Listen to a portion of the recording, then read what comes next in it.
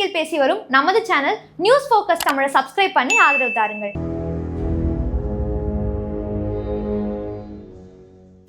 அன்புமணி தலைவரானதுக்கப்புறம் ராமதாஸோட ரோலை பெரிய குறைச்சிட்டார் அப்படிங்கிறதா இந்த சிக்கலுக்கான காரணம் பார்த்தீங்கன்னா ஆரம்பத்துலேருந்து பாஜக சொல்கிறாங்க. பாஜக கிடையாது. பாஜக தான் இந்த பிளவுக்கு காரணம் அப்படின்னா எதுக்கு ஆடிட்டர் குருமூர்த்தி போய் இதில் தலையிடணும். ஆனால் இபிஎஸோட விருப்பத்துக்கு மாறாக குருமூர்த்தி அந்த ஆஃபரை ராமதாஸ் கொடுத்துருக்காரு. திரும்ப இது கூட்டணி ஆச்சுன்னான்றதை அவங்க டிக்ளேர் பண்ணுறாங்க. நீங்கள் ஒரு வின்னபிலிட்டி கூட்டணியில் இருக்க வேண்டிய கட்டாயம் உங்களுக்கு இருக்குது. அது இல்லாமல் போச்சுன்னா ஜஸ்ட் இந்த மாதிரியான ஒரு கூட்டணி கணக்கு வச்சிருக்காங்க. கூட்டணி ஆட்சிக்கு மக்கள் வாக்களிக்க கூடாது அப்படின்ற மாதிரி அப்படி ஈக்குவலாக போட்டிடும் போது யார் சிஎம் வேட்பாளர் அப்படின்னு பார்க்கும்போது ரொம்ப யோசிச்சு தான் அதுக்கு எதிரான என்டிஏ கூட்டணி கட்டமைக்க வேண்டிய பொறுப்பு இங்கே பாஜகவோட அதிமுக தான் இருக்கு. யாரோட போய் திமுக வீழ்த்த முடியுமோ அவங்கள பலவீனப்படுத்திட்டு எப்படி திமுக வீழ்த்த முடியும்?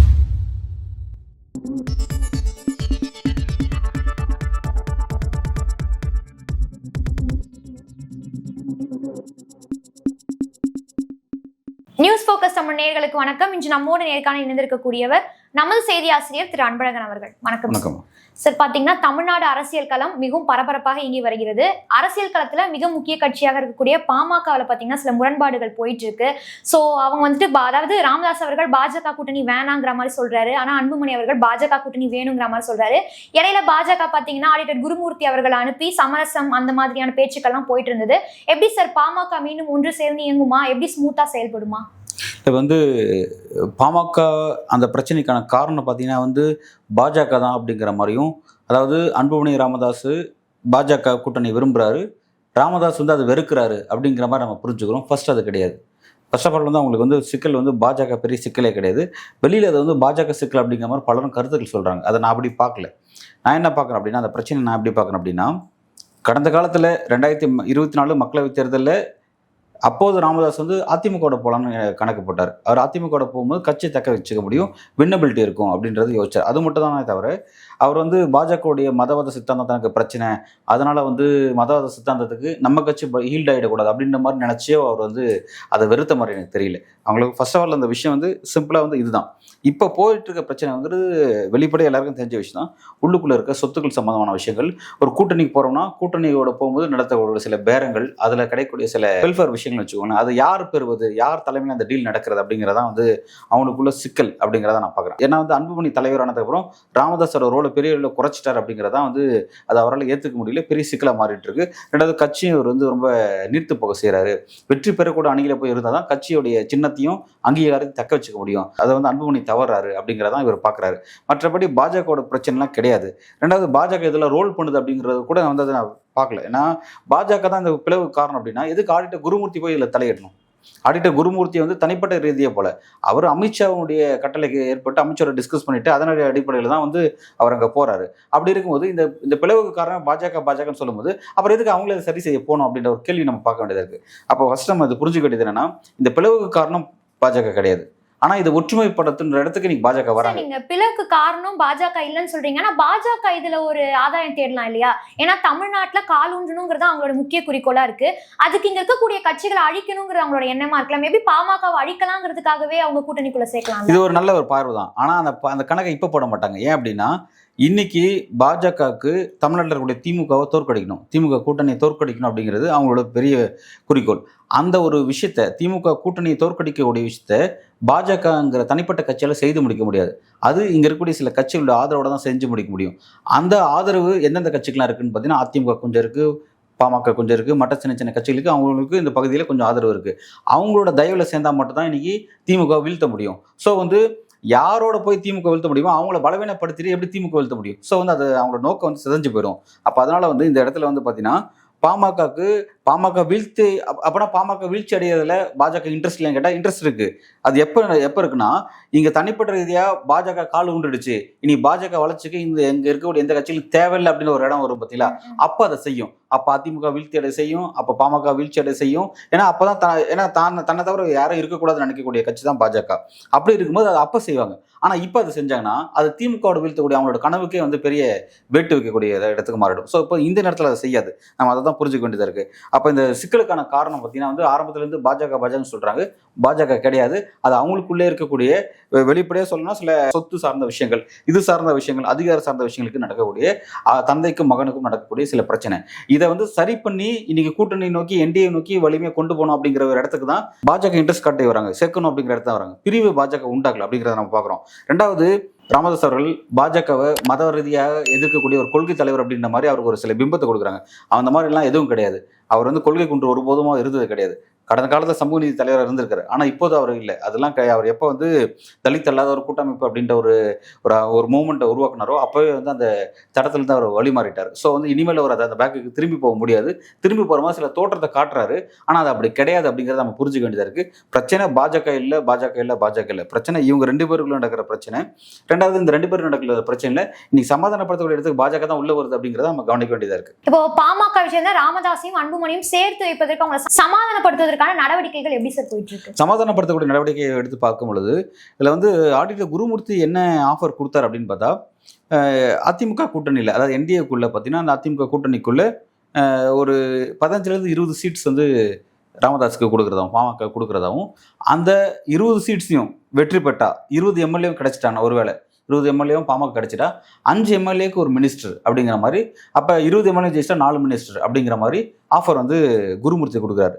சீட்ஸ் வந்து பார்த்தீங்கன்னா 20 seats, maximum 20 seats, minimum 15 seats அப்படிங்கிறது தான் வந்து குருமூர்த்தி கொடுக்கக்கூடிய ஒரு ஆஃபராக இருக்குது. ஆனால் அதுக்கு ராமதாஸ் என்ன சொல்கிறார் அப்படின்னா, எங்களுக்கு வந்து வட மாநிலங்களில் நாங்கள் தான் பெரிய வந்து டாமினேட் ஆன பார்ட்டி, நாங்கள் தான் இங்கே வந்து திமுக டஃப் கொடுக்குற பார்ட்டி. ஸோ வந்து எங்களுக்கான கணிசமான வாக்கு வங்கி இங்கே இருக்குது.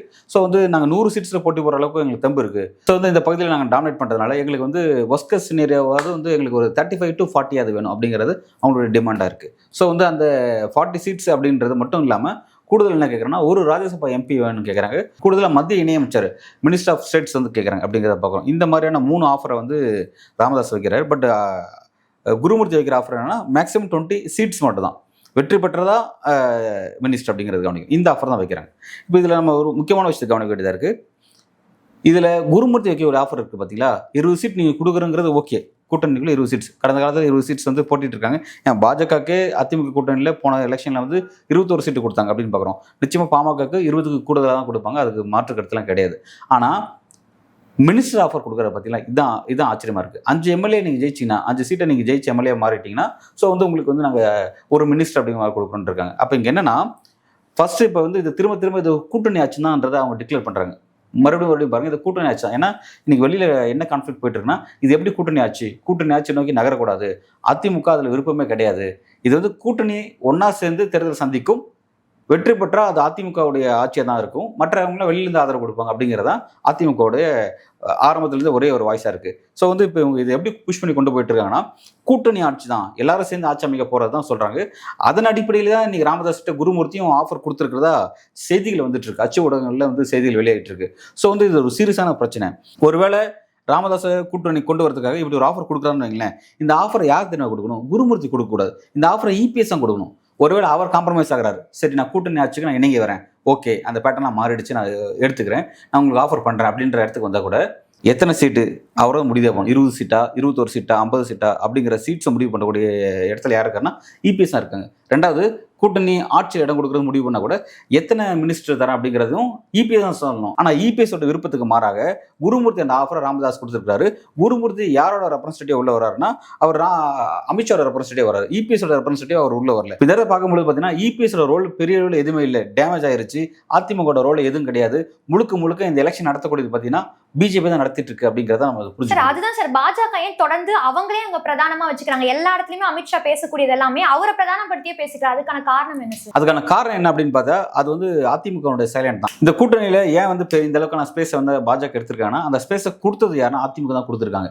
அதிமுகவை மிரட்டி உருட்டி தான் வந்து இந்த கூட்டணி உருவாக்கி இருக்காங்க அப்படிங்கிறது எல்லாருக்கும் தெரிஞ்ச விஷயம். அரசியலோட அடிப்படை புரிஞ்சவங்க எல்லாருக்கும் இது வந்து ஒரு நிர்பந்தத்தின் அடிப்படையில் உருவான கூட்டணி அப்படிங்கிறது எல்லாருக்கும் தெரியுது. ஆனா அந்த நிர்பந்தம் இந்த அளவுக்கு போகுமா அப்படின்னு தான் நம்ம ஆச்சரியப்பட வேண்டியதா இருக்கு. சரி, கூட்டணி அமைச்சிட்டாங்க, உங்களுக்கு அந்த மேடையில் பார்த்தீங்கன்னா பேசுறதுக்கான ஸ்பேஸ் உங்களுக்கு கொடுக்கல, எல்லாத்தையும் அவர் தான் பேசினாரு. ரெண்டாவது, உங்களோட பர்மிஷனே இல்லாமல் வந்து கூட்டணி ஆட்சிங்கிறத அறிவிக்கிறாரு. அதுக்கப்புறம் அதை நீங்கள் ரியலைஸ் பண்ணி நீங்கள் ஒரு 3-4 டேஸ்க்கு அப்புறம் தான் வந்து நீங்கள் மாற்று கருத்தை சொல்கிறீங்க. உங்களுக்கு பெரிய அளவில் நெருக்கடி இருந்துச்சுங்கிறது புரிஞ்சுக்க முடியுது. அந்த நெருக்கடியை இந்த அளவுக்கு சஸ்டைன் ஆகிட்டு போயிட்டே இருக்கு, இது இன்னும் எவ்வளோ தூரம் போகும் அப்படிங்கிறத நமக்கு வந்து ஆச்சரியத்தை ஏற்படுத்துது. ஏன்னா என்டிஏ கட்டமைக்கக்கூடிய பொறுப்பு திமுக என்டிஏ கூட்டணி இருக்குன்னா அதுக்கு எதிரான என்டிஏ கூட்டணி கட்டமைக்க வேண்டிய பொறுப்பு வந்து இங்கே பாஜகவோட அதிமுக தான் இருக்குது. ஏன்னா அதிமுக தான் இங்கே மெயின் பிளேயர், அவங்க தான் கீ ஃபேக்டர். ஸோ அவங்க தான் அதை செய்யணும். பாமக உள்ள கொண்டு வரணுமா, தேமுதிக உள்ள கொண்டு வரணுமா, புதிய நீதி கட்சி, இன்னும் சின்ன சின்ன கட்சி எல்லாத்தையும் கொண்டு வரக்கூடிய பொறுப்பு யாருக்குன்னா இபிஎஸ்க்கும் அதிமுகவும் தான் இருக்குது. அதே மாதிரி வரவங்களுக்கு எவ்வளோ சீட்ஸ் கொடுக்க போகிறோம், ரெண்டாவது கூட்டணி ஆட்சிக்கே நாங்கள் ஒத்துக்கிற இடத்துக்கு வந்தாலும் கூட அந்த ஆஃபர் நான் உனக்கு எத்தனை மினிஸ்டர் கொடுக்க போகிறேன் அப்படிங்கிறது முடிவு பண்ணக்கூடிய யாருன்னா இபிஎஸ் முடிவு பண்ணும். அதை எப்படி குருமூர்த்தி போய் முடிவு பண்ணுவார் அப்படிங்கிறத நம்ம ஆச்சரியமாக பார்க்க வேண்டியதாக இருக்குது. இந்த அளவுக்கு ஒரு சீரியஸான இடத்துக்கு இந்த சப்ஜெக்ட் போயிருக்கு அப்படின்னு தான் பார்க்குறோம். ஆனால் ராமதாஸோட அவரோட ஆஃபர் பாருங்கள். அதாவது எலெக்ஷனில் நீங்கள் 20 சீட்ஸ் தரீங்க, எனக்கு அது தேவையில்லை, 40 வேணும் கேட்குறாரு. 40 வேணும் கேட்குறதோட இல்லாமல் மினிஸ்டர் எங்கே வேணும் கேட்குறாருன்னா ஸ்டேட்டில் கேட்கல, சென்ட்ரலில் கேட்குறாரு. எனக்கு எம்ஓஎஸ் வேணும் கேட்குறாரு, மினிஸ்டர் ஆஃப் ஸ்டேட்ஸ் வேணும் கேட்குறாரு, இங்கே கேட்காம. காரணம் என்ன, சப்போஸ் இங்கே வந்து அவரால் நாளைக்கு தோற்று கூட போகலாம். ஏன்னா வந்து 26 களத்தை பார்த்தீங்கன்னா வந்து திமுகக்கான ஆன்டி இன்கம்பன்சி பெரிய அளவில் இல்லை, அது குறைவாக இருக்குது அப்படிங்கிறாங்க ஒரு பக்கம். ரெண்டாவது பார்த்தீங்கன்னா எட்ஜி இப்பவும் பார்த்தீங்கன்னா திமுக தான் இருக்குது அப்படிங்கிறாங்க. ஸோ வந்து இப்போ 4 கார்னர் ஃபைட்டோ இல்லை 5 கார்னர் ஃபைட்டுக்கு நகருதுனா கூட அப்போ அது கிளியராக வந்து திமுகக்கான வெற்றி வாய்ப்பு கிளியராக இருக்குது. மெஜாரிட்டி கிடைக்குமா இல்லையா அப்படிங்கிறதுனா மாற்றுக்கிறது இருக்கும். ஆனால் அந்த அலைன்ஸ்க்கு வெற்றி வாய்ப்பு இருக்குது. அப்போ அப்படி இருக்கும் பொழுது நாளைக்கு பாமக கூட்டணியில் இருந்துக்கிட்டு, அதாவது என்டிஏ கூட்டணியில் இருந்துக்கிட்டு பாமக ஜெயிச்சாலும் கூட அவங்களால மினிஸ்ட்ரி அனுபவிக்க முடியுமான்னு கேட்டால் அது வந்து கேள்விக்குறி தான். ஸோ அதனால தான் வந்து ராமதாஸ் அவர்கள் வந்து ரொம்ப கிளியராக வந்து சென்ட்ரலில் கேட்குறாரு. சென்ட்ரலில் அவங்க ஆட்சி இருக்குது, இன்னும் 3 வருஷம், இப்போ வந்து பார்த்தா இன்னும் 4 வருஷம் இருக்க போகுது. 4 வருஷத்தில் இப்போ ஒரு எம்ஓஎஸ் வாங்கினா அது ஒரு 4 வருஷம் அனுபவிக்கலாம் அப்படிங்கிற மாதிரி அந்த கணக்கு அவர் போடுறாரு அப்படிங்கிறத நம்ம பார்க்க வேண்டியதாக இருக்குது. இப்போ இந்த பிஎம்கேக்குள்ள இருக்கக்கூடிய கான்ஃப்ளிக்ட் அப்படிங்கிறது, அந்த அப்பா மகன் அந்த கான்ஃப்ளிக்ட்டுங்கிறது உண்மையான கான்ஃப்ளிக்டா இல்லை அவங்களா கிரியேட் பண்ணி நடத்தக்கூடிய ஒரு ட்ராமாவா? ஏன்னா இப்படி ஒரு பாயிண்ட் ஆஃப் வியூ பார்த்தீங்கன்னா அரசியல் களத்தில் இருக்கு. இல்லை நம்ம வந்து அந்த அப்படி ஒரு கருத்தை வந்து முழுவதும் ஒதுக்கி தள்ளவும் முடியாது, அது இல்லைன்னு மறுக்கவும் முடியாது அப்படிங்கிறதான் பார்க்குறோம். ஏன்னா வந்து அரசியல் களத்தில் நம்ம பார்க்கக்கூடிய, நம்ம படிக்கக்கூடிய செய்திகள் மட்டும்தான் இறுதியான செய்தி அப்படின்னு கிடையாது. எல்லா செய்திக்கும் பின்பக்கம் இன்னொரு செய்தியும் இருக்குது. அதன் அடிப்படையிலும் பார்க்கலாம். இது எப்படி நான் பார்க்குறேன் அப்படின்னா, ரீசெண்ட் டேஸில் வந்து பார்த்தீங்கன்னா தமிழக அரசியல் களத்தில் வந்து பார்த்திங்கன்னா பெரிய அளவில் பாமக அப்படிங்கிற அந்த கட்சியோ அவங்களோட பொலிட்டிக்கல் ஆக்டிவிட்டியோ பெரிய அளவில் டிஸ்கஷனுக்கு வரல. அந்த சேனலுக்கும், அதாவது அந்த பாட்டாளி மக்கள் கட்சிக்கும், பிறகு அவங்க முன்வைக்கக்கூடிய அரசியலுக்கும், அவங்க வெளியிடக்கூடிய அறிக்கைக்கும் பெரிய அளவில் வந்து லைம்லைட் கிடைக்கல அப்படிங்கிறத பார்க்குறோம். ஸோ வந்து திமுகவோட பாலிடிக்ஸ் டிஸ்கஸ் பண்ணுறாங்க, பிஜேபி பாலிடிக்ஸ், மோடியோடைய அரசியலை பற்றி கடுமையாக விவாதிக்கிறாங்க, அதிமுகவுடைய உட்கட்சி பிரச்சனையை பற்றி விவாதிக்கிறாங்க, விஜய் அரசியலுக்கு வந்ததுக்கப்புறம் விஜயனுடைய ஒவ்வொரு நகர்வுகளையும் பற்றி விவாதிக்கிறாங்க, விசிக தலைவர் திருமாவளவன் பேசக்கூடிய இந்த கூட்டணி ஆட்சி, மது ஒழிப்பு மண்டல், அவரை பற்றியும் டிஸ்கஸ் பண்ணுறாங்க. இந்த பெரிய டிஸ்கஷனில் பார்த்தீங்கன்னா வந்து ராமதாஸோ, அன்புமணி ராமதாஸோ, அல்லது அவங்க வெளியிடக்கூடிய அந்த அறிக்கைகளோ, இல்லை அவங்க கட்சி சார்ந்த நடவடிக்கைகளோ பெரிய அளவில் வந்து ஊடக வளர்ச்சி கிடைக்காம போயிடுச்சு. ஸோ வந்து இந்த பிரச்சனை பார்த்தீங்கன்னா வந்து அமித்ஷா லாஸ்ட் டைம் இங்கே சென்னைக்கு வராரு. அந்த விசிட்டுக்கு ஒரு நாள் முன்னாடி தான் வந்து திடீர்னு வந்து ராமதாஸ் அவர்கள் அன்புமணியை வந்து தலைவர் பதவியிலேருந்து செயல் தலைவர் அப்படின்ற மாதிரி ப்ரமோட் பண்ணுறாரு. அப்போ இருந்து இந்த சப்ஜெக்ட் வந்து டாக்கிங் பாயிண்ட்டாக மாறுது. ஸோ வந்து இது என்ன எதுக்காக செஞ்சாங்கன்னு என்ன தெரியல. ஆனால் இப்போ வரைக்கும் பார்த்தீங்கன்னா வந்து தமிழக அரசியல் பாமக வந்து பெரிய டிஸ்கஷனுக்கு வந்துருச்சு அப்படிங்கிறத பார்க்கணும். பாமக கட்சியும் ராமதாஸ் அன்புமணியும் பார்த்தீங்கன்னா லைம் லைட்டுக்கு வந்துட்டாங்க அப்படிங்கிறத பார்க்கணும்.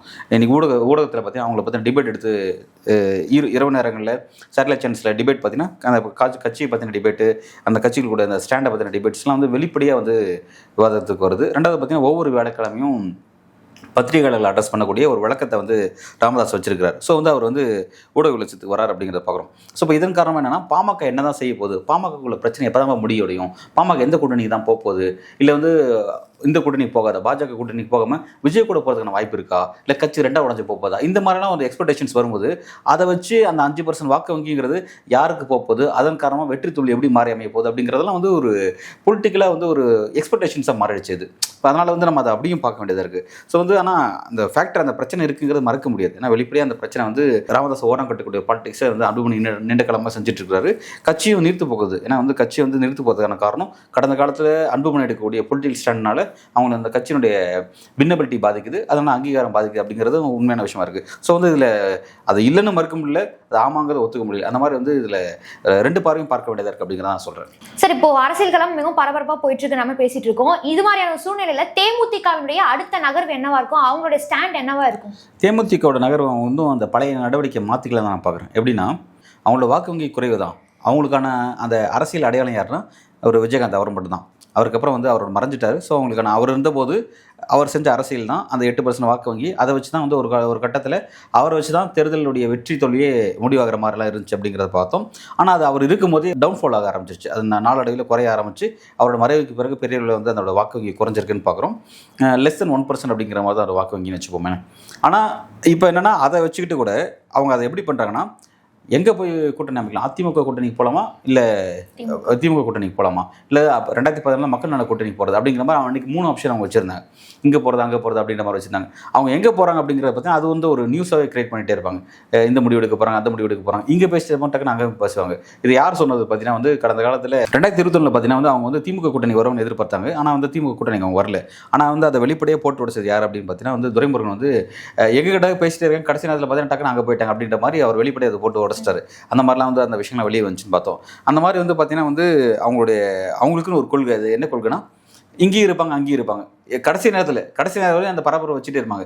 எங்கே வந்து தங்களுக்கான டீல் வந்து கிளியராக பேசி முடிக்கப்படுதோ டக்குன்னு நாங்கள் வந்து ஷிஃப்ட் ஆகும் அப்படிங்கிற மாதிரி தான் அவங்களோட பாலிடிக்ஸ் பார்க்குறோம். ஸோ வந்து இப்போவும் பார்த்தீங்கன்னா அந்த 1% லெஸ் தென் 1% வாக்கு வங்கி வச்சுக்கிட்டே கூட அவங்க அவங்க பார்த்தீங்கன்னா எங்களுக்கான ராஜ்யசபா சீட் கொடுக்கணும், ரெண்டாவது வந்து அவங்களுக்கு திமுக வந்து எங்களுக்கான ஆஃபர் கொடுக்கணும் அப்படிங்கிறத சொல்கிறாங்க. இப்போ அண்மையில் அவங்க கொடுக்குற ஸ்டேட்மெண்ட், அதாவது பிரேமலதா கொடுக்கக்கூடிய ஸ்டேட்மெண்ட் என்னவா இருக்குன்னா, நாங்கள் அதிமுக கூட்டணியில் இல்லைன்னு சொல்லவே இல்லைன்னு சொல்கிறாங்க. இப்போ ரீசெண்டாக சொன்னாங்க. அதுக்கப்புறம் என்னென்னா இன்றைக்கி என்ன சொல்லிட்டு இருக்காங்க அப்படின்னு பார்த்தீங்கன்னா, நாங்கள் வந்து தனித்து களங்காண்டதுக்கான தைரியம் எங்கிட்ட இருக்குது அப்படிங்கிறாங்க. நேற்றுக்கு அதிமுக கூட்டணியில் இல்லைன்னு சொல்கிறாங்க. அப்போ இல்லைன்னு சொல்கிறால் இருக்கிறன்னு அர்த்தம், இருக்கிறதா அப்போ என்டிஏல இருக்குன்னு அர்த்தம். Right, okay. 1. ரெண்டாவது, இன்றைக்கி வந்து என்னென்னா நாங்கள் தனித்து களம் காண முடியும், எங்களுக்கு தைரியம் இருக்குன்னு நீங்கள் சொல்கிறாங்க. 2. அடுத்தது பார்த்தீங்கன்னா கலைஞனுடைய பிறந்த நாளுக்கு அவருக்கு தனிப்பட்ட புகழாரம் சூட்டுறாங்க. விஜயகாந்த் அவர்களுக்கு திமுகவில் வந்து மாநாட்டில் அவருக்கு ஒரு நினைவஞ்சலி செலுத்துறாங்க. ஸோ இதெல்லாம் வந்து பார்த்தீங்கன்னா பொலிட்டிக்கல் கணக்கில் போடப்படுது. ஸோ வந்து அவங்க உள்ளே வர போகிறாங்க அப்படிங்கிற மாதிரி சொல்லப்பட்டு இருந்துச்சு. அப்போ இங்கேயும் கேட் திறந்து வச்சுருக்காங்க, இங்கேயும் கேட் திறந்து வச்சுருக்காங்க. நான் தனியாகவும் களம் காணுங்கிறாங்க. இன்னொரு விஷயம் சொல்கிறாங்க என்னென்னா, விஜய் வந்து என் தம்பி மாதிரி, எங்கள் வீட்டு பையன் மாதிரி அப்படின்னு. ஏன்னா வந்து எங்கள் வீட்டிலேருந்து வளர்ந்த பையன். ஏன்னா வந்து விஜயோட பொலிட்டிக்கல் கரியருக்கு விஜயகாந்த் பெரிய ரோல் பண்ணியிருக்காரு, உதவி செஞ்சிருக்காரு. ஸோ வந்து அதனால் அந்த கிரெடிட்டை வந்து விஜய்க்கு கொடுக்குறாங்க. இப்போ விஜய் ஏன்னா திமுகவும் ஒரு பாசிட்டிவ் கதை திறந்து வச்சிருக்காங்க. அதிமுக கூட்டணியில் நான் இல்லைன்னு சொல்லவே இல்லைன்னு சொல்லி அங்கேயும் கதை திறந்து வச்சிருக்காங்க. விஜய் என் தம்பி மாதிரின்னு ஒரு இது சொல்லியிருக்காங்க. எங்களுக்கு தனியாக நிற்கிறதுக்கான தைரியம் இல்லையான்னு சொல்கிறாங்க. இந்த மாதிரி எல்லா பக்கம் கதையும் திறந்து வச்சுட்டு ஒரு அரசியல் செய்வாங்க. அதுதான் இவ்வளோ செய்யக்கூடிய பார்த்தீங்கன்னா ஒரு லெஸ் தென் 1% அங்கே வச்சுக்கிட்டு இந்தளவுக்கு ஒரு அரசியல் செஞ்சுட்டு இருக்காங்க. இதெல்லாம் வந்து அதான் சொல்ல அவங்களோட கொள்கையை ஒரு வித்தியாசமான கொள்கை அப்படி தான் நம்ம பார்க்குறோம். ஏன்னா அவங்க தேசியத்தையும் திராவிடத்தையும் ஒன்றா கனெக்ட் பண்ணவங்க. அதனால் வந்து அவங்களுடைய பொலிட்டிக்கல் கொள்கையும் கொஞ்சம் வித்தியாசமாக இருக்குது அப்படின்னு பார்க்குறோம். ஸோ அவங்க வந்து அவங்களோட அவங்களுடைய கனவுகள், அவங்களுடைய எதிர்பார்ப்புகள் அப்படிங்கிறது இந்த மாதிரி தான் பயணிச்சிட்டு இருக்கு அப்படிங்கிறத பார்க்குறோம். சரி, இப்போ நீங்கள் பேசும்போதே சொன்னீங்க டிஎம்டிகே வந்துட்டு இங்கேயும் இருப்பாங்க அங்கேயும் இருப்பாங்க, எங்கே அவங்களுக்கு டீலிங் கரெக்ட் ஆகுதோ அங்கே போயிடுவாங்கன்ற மாதிரி சொன்னீங்க. இப்படி இருக்கக்கூடிய சூழ்நிலையில ஒருவேளை அவங்க திமுக கூட்டணியில் இணையறதா இருந்தா முதல்ல ஸ்டாலின் அவங்களை ஏத்துப்பாரா? நம்பி கட்டாயம் ஏற்றுப்பாரு. அவங்கள நம்புறதுங்கிறது செகண்டரி. ஏன்னா வந்து அவங்களுக்கு எதிர்பார்ப்புங்கிறது கிளியராக இருக்கும். அவங்க எல்லா பக்கமும் பேசுவாங்க. எங்கே வந்து பெட்டராக இருக்கோ அங்கே வந்து ஒரு முடிவு எடுத்து போவாங்க. அந்த பெட்டர் அப்படிங்கிறது திமுக கிட்ட இருந்துச்சுன்னா கிளியராக போயிடுவாங்க. ரெண்டாவது பார்த்தீங்கன்னா வந்து இன்னொரு விஷயம், பொலிட்டிக்கலாக வந்து நீங்கள் லாங் டைம் விஷயத்தை யோசிக்கணும். தொலைதூர பார்வை உங்களுக்கு வேணும். ஏன்னா செட்டில்மெண்ட்டோ இல்லை வந்து ஒரு பேரங்களோ அப்படிங்கிறது அது அன்றைய தேர்தலோட முடிஞ்சு போயிடும். ஆனால் ஒவ்வொரு காலகட்டத்திலும் நீங்கள் அந்த பேரத்தை நீங்கள் செய்யணும் அப்படிங்கிறதுக்காகவும் நீங்கள் வந்து எப்போயும் லைம்லைட்டில் இருக்கணும் அப்படிங்கிறதுக்காக உங்களோட கட்சியோட அங்கீகாரமும் கட்சியினுடைய அந்த இருப்பும் பார்த்தீங்கன்னா எப்போவுமே தக்க வச்சுட்டே இருக்கணும். அதுக்கு என்னென்னா நீங்கள் ஒரு வின்னபிலிட்டி கூட்டணியில் இருக்க வேண்டிய கட்டாயம் உங்களுக்கு இருக்குது. அது இல்லாமல் போச்சுன்னா வந்து உங்களுடைய சின்னம், உங்களோட பொலிட்டிக்கல் ஃபியூச்சர் வந்து பெரிய அளவில் பாதிக்கப்படும். ரெண்டாவது பார்த்தீங்கன்னா அந்த அம்மாவுக்கு இப்போ தான் வந்து அந்த அம்மா இன்னும் இண்டிவிஜுவல் தலைவராக வளரல. அதே மாதிரி தங்களோட பசங்களையும் இன்னும் வளர்த்தல. ஏன்னா இப்போ தான் ஆரம்ப கட்டத்தில் இருக்காங்க. விஜயகாந்த் மறைவுக்கு பிறகே வந்து அங்கே தலைமைங்கிறது வெற்றிடமாக மாறிடுச்சு. ஸோ அப்படி இருக்கிற இடத்துல வந்து அவங்க இந்த மாதிரியான அரசியலை நீண்ட காலத்துக்கு ஓட்டிட்டு இருந்தான்னு வைங்களேன். இப்போ லெஸ் தென் 1% இருக்குது, நாளைக்கு 0% ஆகி காணாமல் போகிறதுக்கு வாய்ப்பு இருக்குது. அதுக்கு ரொம்ப நாள் ஆகாது. ஸோ வந்து எது பாசிபிளோ தங்களோட கட்சியோட வளர்ச்சிக்கும் ஃபியூச்சர் நோக்கி திங்க் பண்ணி அவங்க ஒரு ஸ்மார்ட்டான முடிவை நோக்கி யோசிக்கணும். அதை நோக்கி யோசிக்கிறாங்களா இல்லை அல்லது வழக்கமான ஸ்டைலில் தான் பின்பற்ற போகிறாங்க அப்படிங்கிறது தெரியல. ஸ்டாலினை பொறுத்த வரைக்கும் என்னென்னா, அவங்க வந்தாங்க அப்படின்னா அது என்டிஏ பலவீனப்படுத்துகிற மாதிரி இருக்கும். அவங்கள தூக்கி இங்கே அக்காமடேட் பண்ணுறது மூலமாக என்டிஏ பலவீனப்படுத்துறதுக்கு ஒரு வாய்ப்பு. பட் ஆனால் அமித்ஷா பொறுத்த வரைக்கும் வந்து பார்த்தீங்கன்னா வந்து தேமுதிக பெரிய ஃபேக்டரை கருதுற மாதிரி அவர் தெரியல. பட் கடைசி நேரத்தில் அவர் என்ன பண்ண போகிறாரு அப்படின்றது தெரியல. ஏன்னா கடைசியில் ஒரு கணக்கு போடுவாங்க. எல்லா கணக்கும் போட்டு முடிச்சு ஆன்டி கமெண்ட்ஸி யாருக்கான களம் சாதகமாக இருக்குது, யாருக்கு நெக் டு நெக் ஃபைட் இருக்குது, எப்படி இருக்குது, யாருக்கு எஜ் இருக்குது, எல்லாத்தையும் கணக்கு போட்டு யார் இந்த பக்கம் ஷிஃப்ட் ஆனால் வெற்றி தோல்வி மாறுது அப்படிங்கிற கடைசியில் அந்த கணக்கை போட்டு அப்போ வந்து இந்த மாதிரியான சின்ன சின்ன வாக்கு வங்கி கொண்ட கட்சிகள் எல்லாத்தையும் அவங்களுக்கான வேல்யூ கடைசி நேரத்தை உயர வாய்ப்பு இருக்குது. ஸோ அது வரையும் இது போகுமா அல்லது இப்போவே எல்லாமே கிளியர் கட்டாக முடிஞ்சிருமா அப்படிங்கிறது நம்ம பொறுத்து தான் பார்க்கணும். சரி, இப்போ இந்த கூட்டணி ஆட்சி சிஸ்டம் அப்படிங்கிறது ஃபெயிலியர் அப்படிங்கிற மாதிரி ஒரு பார்வை வைக்கப்படுது. அது அதிமுகவும் சரி திமுகவும் சரி அந்த கருத்தை பேசிட்டே இருக்காங்க. இதை பற்றி நீங்கள் என்ன நினைக்கிறீங்க? இந்த கூட்டணி ஆட்சி அதை ஃபெயிலியர் அப்படிங்கிறது எங்கே சொல்கிறாங்க பார்த்தீங்கன்னா 1980 நடந்த தேர்தல் அதை ஒரு உதாரணமாக எடுத்தால் சொல்கிறாங்க. அப்போ என்ன நடந்துச்சு அப்படின்னா 1980 வந்து பார்த்தீங்கன்னா ஜனவரி ஃபர்ஸ்ட் வீக்கில் வந்து மக்களவைத் தேர்தல் நடக்குது. இந்த மக்களவைத் தேர்தலில் பார்த்தீங்கன்னா இந்திரா காங்கிரஸும் திமுக கலைஞர் தலைமையான திமுகவும் இந்திரா காங்கிரஸும் கூட்டணி அமைக்கிறாங்க. கூட்டணி அமைச்சு ஆப்போசிட்டில் பார்த்தீங்கன்னா எம்ஜிஆர் மற்ற சின்ன சின்ன கட்சிகளும் அவர் கூட்டணி வைக்கிறாரு. ஜனதா பார்ட்டி எம்ஜிஆரோட இருக்காங்க. இந்த பக்கம் வந்து இவங்க வந்து காங்கிரஸோட கூட்டணி வைக்கிறாங்க. பார்த்தீங்கன்னா வந்து மக்களவைத் தேர்தலில் பெரிய வெற்றி இந்த கூட்டணி பெறாங்க. எம்ஜிஆருக்கும் தோல்வி, எம்ஜிஆரோட கூட்டணிக்கும் தோல்வி. டோட்டலாக எம்ஜிஆருக்கு வந்து பெரிய ஃபெயிலியர்.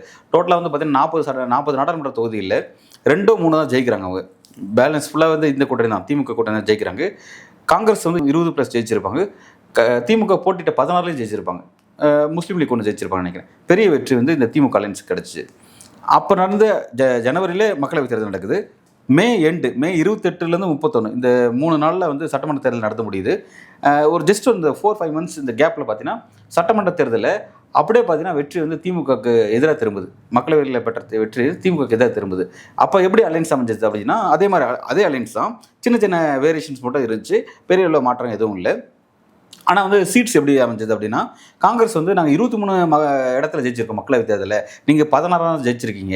ஸோ வந்து எங்களுக்கான பொலிட்டிக்கல் கேலிபர் அதிகமாக இருக்குது அப்படின்னு சொல்லிட்டு என்ன பண்ணாங்கன்னா 109 நீங்கள் 109 நான்னு சொல்லி பிரிச்சுட்டு மீதி இருக்கிறதா வந்து கூட்டணி கட்சி கொடுத்துட்டு சரி பாதையில் பிரித்து போட்டிட்டாங்க.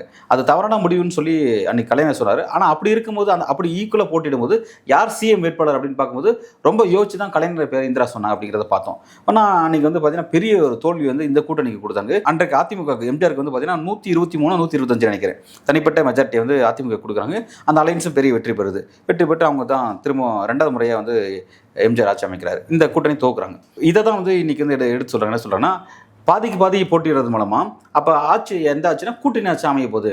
ஆட்சியில் அமைச்சரவையில் பார்த்தீங்கன்னா காங்கிரஸ் இடம் பெற போகிறாங்க, திமுக இடம் பெற போகுது. இந்த மாதிரியான பேட்டர்ன் மக்கள் அங்கீகரிக்க மாட்டான்னு சொல்கிறாங்க. அது மக்கள் அங்கீகரித்து வாக்களிச்சாங்களா? ஏன்னா அதில் பல ஃபேக்டர் இருக்குது. ஏன்னா 77 தான் வந்து எம்ஜிஆர் வந்து கலைஞருக்கு எதிராக அரசு செய்ய ஆரம்பிக்கிறார். 77 காலகட்டத்தில் நடந்த எலெக்ஷனில் ஃபஸ்ட் டைம் வந்து முதல்வராகிறார், வெற்றி பெறாரு. 2வது 80 நடந்த எலெக்ஷனை வெற்றி பெறாரு. திரும்ப 85 நடந்த எலெக்ஷனை வெற்றி பெறாரு.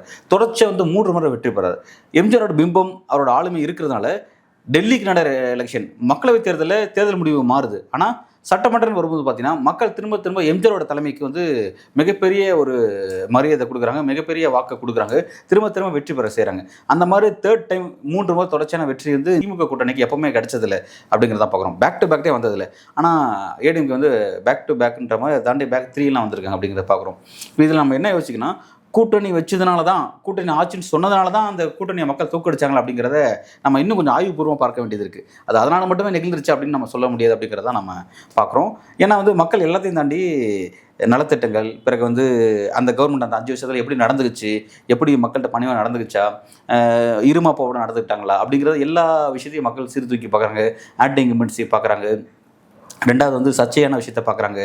சில முக்கியமாக சில பிரச்சனைகள் பார்க்குறாங்க. ஆட்சியாளர்களுக்கு எதிராக பிரச்சனைகள் பார்க்குறாங்க. இந்த மாதிரிலாம் பார்த்து தான் வந்து மக்கள் வாக்களிக்கிறாங்களே தவிர ஜஸ்ட் இந்த மாதிரியான கூட்டணி கணக்கு வச்சுருக்காங்க, கூட்டணி ஆட்சிக்கு மக்கள் வாக்களிக்கக்கூடாது அப்படின்ற மாதிரி அந்த ஒரு எக்ஸாம்பிள் வச்சு சொல்கிறாங்களாங்கிறது நம்மளால் புரிஞ்சிக்க முடியல. அது கொஞ்சம் டெப்த்தாக தான் பார்க்க வேண்டியதாக இருக்குது. ஒருவேளை என்னென்னா அந்த மாதிரியான ஒரு கூட்டணி ஆட்சி அப்படின்னு சொல்லி அதை ஏற்றுக்கிட்டாங்க அப்படின்னா எல்லா கட்சிக்கும் நம்ம அக்காமடேட் பண்ணணுமே அப்படின்றதுனால அந்த திமுகவும் அதிமுகவும் அந்த எந்த கட்சியும் கிட்ட வரக்கூடாது, ஆட்சி அமைச்சர் யாரும் கிட்ட வரக்கூடாது அப்படின்றதுக்காக அவங்கள வந்து ஒரு இதில் வச்சுருக்கணும் அப்படிங்கிறதுக்காக அந்த டேர்ம்ஸை பயன்படுத்துகிறாங்களா, அதுக்காக அந்த டோனை எடுத்து பேசுகிறாங்களா அப்படிங்கிறது நமக்கு தெரியல. நம்ம அதை யோசிச்சு தான் பார்க்க வேண்டியதாக இருக்குது. ஏன்னா வந்து இன்றைக்கி வரக்கூடிய செய்தி என்னவாக இருக்குன்னா, அமித்ஷா இந்த கூட்டணி அமைக்கும் போது என்டிஏ கூட்டணி ஆட்சி அமைய போகுது, பாஜக தலைவனால் கூட்டணி ஆட்சி அமைய போகுது அப்படின்லாம் அவர் பேசிகிட்டு இருக்காரு. தெளிவாக சொல்கிறார். அதை வந்து இபிஎஸ் பண்ணாலும் அதை மறுத்து பேசுகிறாரு அமித்ஷா. அது என்டிஏல இருக்கிற பிரச்சனை. இந்த பக்கம் இந்தியா கூட்டணி, திமுக கூட்டணிக்கு வாங்க. திமுக கூட்டணியில் வந்துன்னா இங்கே என்ன சொல்கிறாங்க அப்படின்னு பார்த்தீங்கன்னா, ஏற்கனவே இவர் திருமாவளவன் என்னன்னா கூட்டணி ஆட்சியில் வந்து எங்களுக்கு பங்கு வேணும் அப்படின்னு சொல்லி அவர் வெளிப்படையே பேசினார். அவர் தன்னோட ட்விட்டரில் பதிவுலாம் போட்டிருந்தார். அதை பற்றிலாம் பேசியிருந்தார். ஆட்சி அதிகாரத்தில் பங்கு, சாமானியனுக்கும் அதிகாரம் அப்படிங்கிற மாதிரிலாம் அவரோட கொள்கையை வச்சிருக்காரு. அவர் அதெல்லாம் பேசிட்டு தான் இருக்கார், தொடர்ச்சியாக பேசுகிறார். அப்போ அவருக்கு அதை நோக்கி ஒரு விருப்பம் இருக்குது. அமைச்சரவையில் எங்களுக்கு இடம் வேணும் அப்படிங்கிறது அவங்களுக்கு விருப்பமாக இருக்குது. இப்போ அதே மாதிரி பார்த்தீங்கன்னா என்னென்னா, இந்த எலெக்ஷனில் 26 எலெக்ஷனில் பார்த்தீங்கன்னா சீட்ஸ் கூடுதலாக வேணும்னு கேட்குறாங்க. இது வந்து யார் கேட்குறாங்கன்னா சிபிஎம் வந்து கம்யூனிஸ்ட் பார்ட்டி ஆஃப் இந்தியா மார்க்சிஸ்டினுடைய தலைவர் சண்முகம் வந்து வெளிப்படையாகவே அவர் ப்ரெஸ் மீட் வச்சிட்டார். எங்களுடைய கட்சி மாநாட்டில் நாங்கள் வந்து தொகுதியில் கூடுதலாக எண்ணிக்கையில் போட்டிட்டோம். கடந்த தேர்தலில் 2021 6 தொகுதியில் போட்டிட்டோம், 6 சீட்டில் போட்டிக்கிட்டோம். இப்போ இந்த முறை வந்து கூடுதலான எண்ணிக்கையில் போட்டிடணும் அப்படிங்கிறது எங்கள் கட்சி நிர்வாகிகளோட விருப்பம், எங்கள் மாநாட்டோட விருப்பம் அப்படிங்கிற மாதிரி அதை சொல்கிறாரு. அவர் சொல்கிற கருத்தை கொஞ்சம் கூட மறுப்பு இல்லாமல் விசிக தலைவர் திருமாவளவனும் ஆதரிக்கிறார். அவர் வந்து அது எல்லா கட்சியோட விருப்பம், அது அதிமுக கூட்டணியிலும் அதுதான் விருப்பம். இருக்கக்கூடிய எல்லா கட்சிகளும் திராவிட கட்சியாக இருக்கணும், பிரதான திராவிட கட்சியாக இருக்கக்கூடிய திமுக கூட்டியும் அதிமுக கூட்டியும் கூடுதலான சீட்டை கேட்கணும், கேட்டு போட்டிடணும் அப்படிங்கிறது எல்லா கட்சியோட விருப்பம். ஏன்னா எல்லா கட்சியும் வளரணும். எங்களால் நீங்கள் வளர்றீங்க, நீங்கள் ஆட்சிக்கு வரீங்க அப்படிங்கும்போது நாங்களும் வளரணும்ல அப்படிங்கிற ஒரு விஷயம் சரியான விஷயம் தான். ஆனால் என்னன்னா இதோட பின்புலம் இன்னொன்று விஷயம் என்னன்னா, இவங்க சீட்ஸ் மட்டும் எண்ணிக்கை அதிகமாகனு கேட்குறாங்க. ஆனால் அதோட பேக்ரவுண்ட் பாலிடிக்ஸ் பார்த்தீங்கன்னா சீட்ஸ் அதிகமாக கேட்கும்போது அந்த சீட்ஸ் எங்கேருந்து கொடுப்பாங்க அப்படின்னு பார்த்தீங்கன்னா திமுக கூட்டணியில் இருக்கக்கூடிய கட்சிகளுக்கு அவங்ககிட்ட தான் கொடுப்பாங்க. போன தேர்தல் 6 தொகுதி கொடுத்தாங்கன்னா இந்த தேர்தலில் 10 கொடுக்குறேன்னு எக்ஸ்ட்ரா 4 பேர்னு கேட்டாங்கன்னா 4ங்கிறது இவங்ககிட்ட தான் எடுத்து கொடுக்க முடியும். ஆல்ரெடி இருக்கக்கூடிய சின்ன கட்சியில் எடுத்து கொடுக்க முடியாது. ஸோ இப்போ இவங்ககிட்ட தான் கொடுக்க முடியும். இவங்ககிட்ட கொடுக்கும்போது இவங்க போட்டியிடக்கூடிய தொகுதியோட எண்ணிக்கை குறையும் பொழுது நாளைக்கு இவங்களுக்கான மெஜாரிட்டி தனிப்பட்ட ரீதியிலே தனிப்பட்ட திமுக மெஜாரிட்டி கிடைக்காம போகலாம். ஒரு அந்த கூட்டணி கிடச்சிருக்கலாம். ஆனால் மேஜிக் நம்பருங்கிறது 118. அந்த 118 வந்து திமுக அச்சீவ் பண்ணால் மட்டும் தான் வந்து அவங்களால வந்து அமைச்சரவையில் வந்து யாருக்கு இடம் கொடுக்காம ஆட்சி அமைக்க முடியும். அதே மாதிரி தான் அதிமுக செய்ய முடியும். ஆனால் அதோட சஃபல்ஸ் அது பிரச்சனைக்கு உள்ளாகுதுன்னு வைங்களேன். அப்போ வந்து திமுக ஒரு நெருக்கடி உருவாகும், அதே மாதிரி தான் அதிமுக உருவாகும். அதை தான் வந்து இவங்க திரும்ப அதை கேட்டு இருக்காங்க. ஸோ வந்து அதை கேட்கக்கூடாதுங்கிறதுக்காகவோ இல்லை எதுக்காகன்றது இல்லை, அந்த 1980ங்கிற உதாரணத்தை திரும்ப கோடிட்டு காமிச்சு பேசிகிட்டே இருக்காங்க. ஒரு எக்ஸாம்பிள் அப்படிங்கிறது ஒட்டுமொத்தமாக எல்லாருக்கும் பொருந்திருமா அப்படிங்கிறது நம்ம யோசிச்சு தான் பார்க்கணும். அதில் இருக்கக்கூடிய பல்வேறு சப்ஜெக்ட்ஸையும் நம்ம கொஞ்சம் ஆழமாக பார்க்க தான் செய்யணும். ஜஸ்ட்டு கிரையாக அதை புரிஞ்சுக்கிட்டு அது அப்படி தான் 80ல் மக்கள் அடித்த தீர்ப்பு தான் வந்து ஒவ்வொரு காலகட்டத்தில் இருக்கும் அப்படின்னு சொல்லி நம்ம பார்த்துட முடியாது அப்படிங்கிறது என்னோட கருத்து. தமிழ்நாடு அரசியல் களத்தை பற்றி மக்களுக்கு புரியும் வகையில் கருத்துக்கள் பகிர்ந்து கொண்டீங்க. மிக்க நன்றி. நன்றி.